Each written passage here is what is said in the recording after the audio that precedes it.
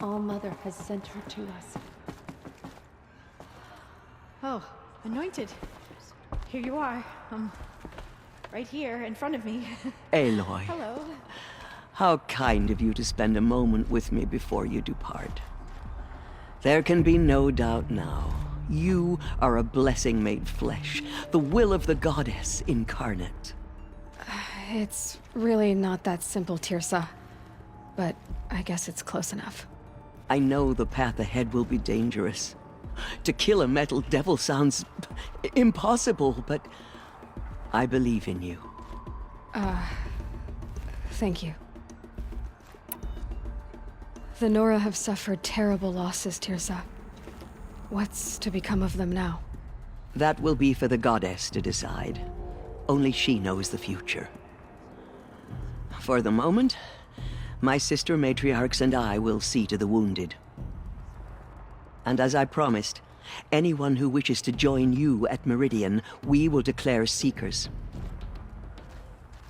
I think for the time being, we should remain here in the mountain, close to the goddess. That might be best. If nothing else, it's a defensible position.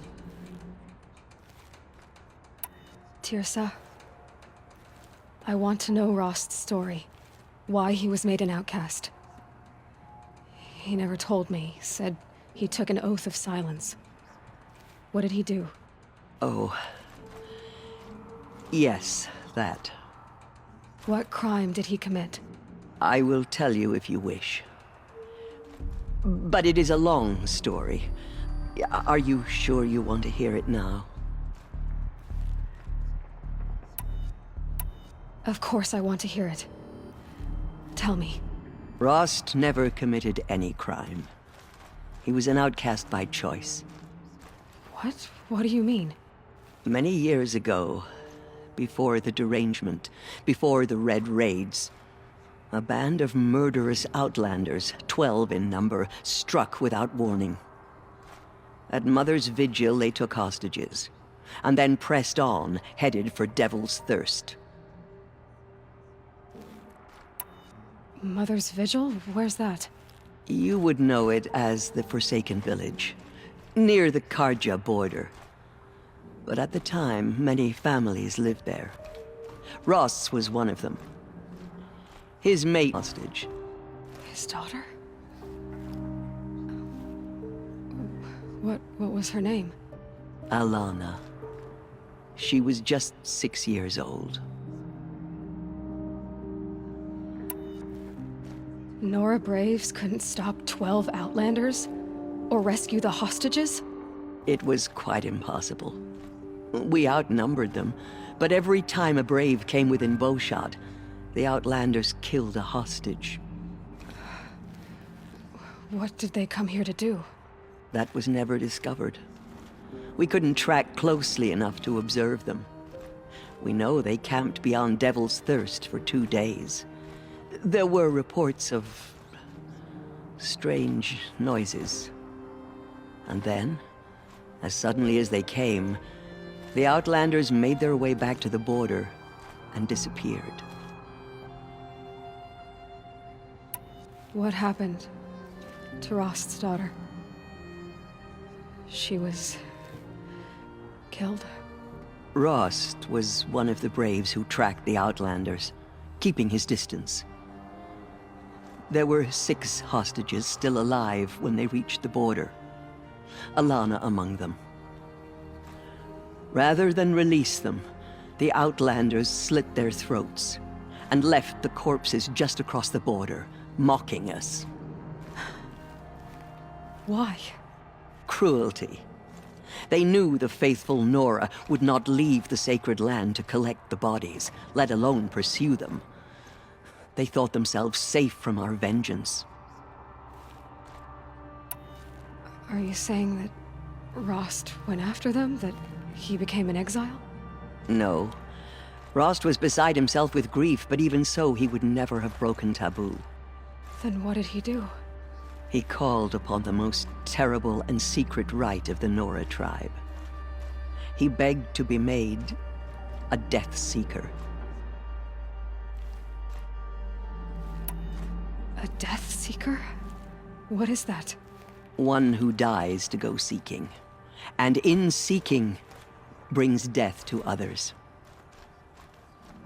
The ritual drags the spirit from one's body, releasing it to All Mother's care.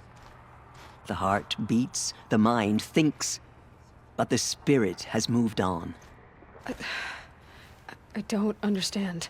Rost went after the Outlanders with All Mother. He gathered the bodies of the slain and returned them. And then he set out in pursuit, not as an exile, but a weapon of vengeance. A barbed arrow shot from a bow, never to return. But Rost did return. Yes. A full year later, and terribly wounded. He collapsed at the border of the sacred land. A hunting party came upon him. He was delirious, in agony. By law, he should have died where he lay. But one of the hunters broke taboo, and reaching across the border, she dragged him to our side. Who was she? A brave who'd lost a mate and 2 sons to the very Outlanders that Rost pursued. So Rost never finished his mission. To the contrary, he killed all 12. Tracked them to disparate places the world over, he said. Meridian, Ban-Ur, the Claim, Utaru Land, further even, into the Forbidden West. The last he killed nearly got the best of him. Wounded, he stumbled and crawled back to us, hoping to die as close to the sacred land as he could. He never expected nor asked to be dragged across the border and nursed back to health. That was done to him, leaving us, the matriarchs, in a difficult position. Why couldn't you just welcome him back? Rost had been made a Death Seeker, Aloy.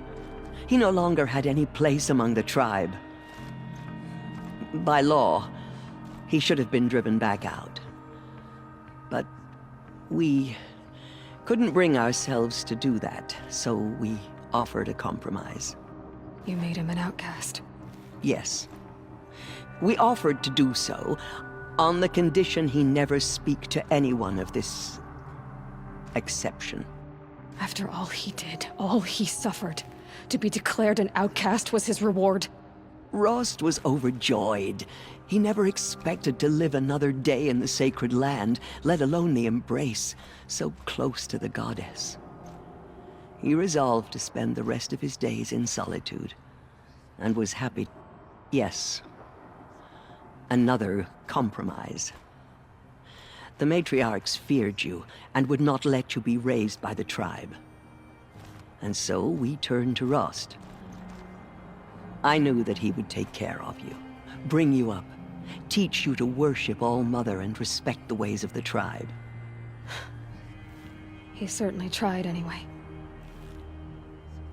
You took a man who'd lost his daughter and made him raise an infant girl? Doesn't that strike you as callous? I'm inclined to think the course of events has shown the wisdom of our choice. And I'm quite certain that from the moment he laid eyes on you, he saw you as a gift, and never a burden. All right, Teersa, that's quite a story. It's time for me to move on. I thank you for doing what you could to help me through the years, and for telling me Rost's story. I wish I could have done more, but I am just one woman. As am I. No need to sell ourselves short. Oh, thank you, Aloy. I will pray for you. Okay, I guess it can't hurt. Corruption beyond the sacred land. Can one woman do such a thing? Even if she is the Anointed? We may never know. I will what she lead a saw war in her. party to Meridian. I don't You think have we're my ready. word. Aloy, how did you do that? We'll go to Meridian, Aloy. I'll bring Mother's spear. Arana, Your father is right. You belong here. You both do.